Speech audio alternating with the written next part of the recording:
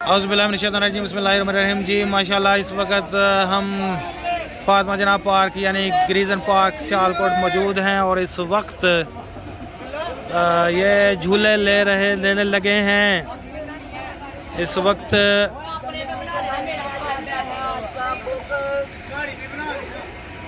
सारे जूम हो रहे हैं। जो बाहर कुछ स्टूडेंट्स ऐसे भी हैं जो कि वो आइसक्रीम खा रहे हैं, कुछ उधर खड़े हैं। ये जूम ज़्यादा हो गया है और ये अब शुरू होने लगी है। वाह, है तो वो वीडियो ज़्यादा ना देखें, लेकिन आप देखते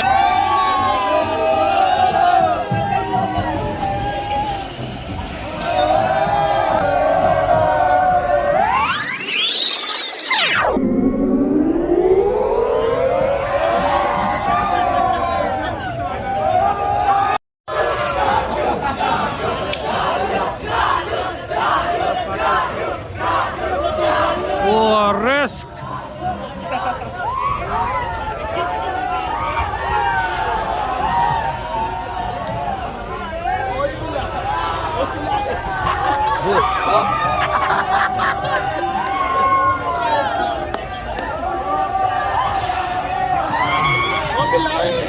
वो पिलावे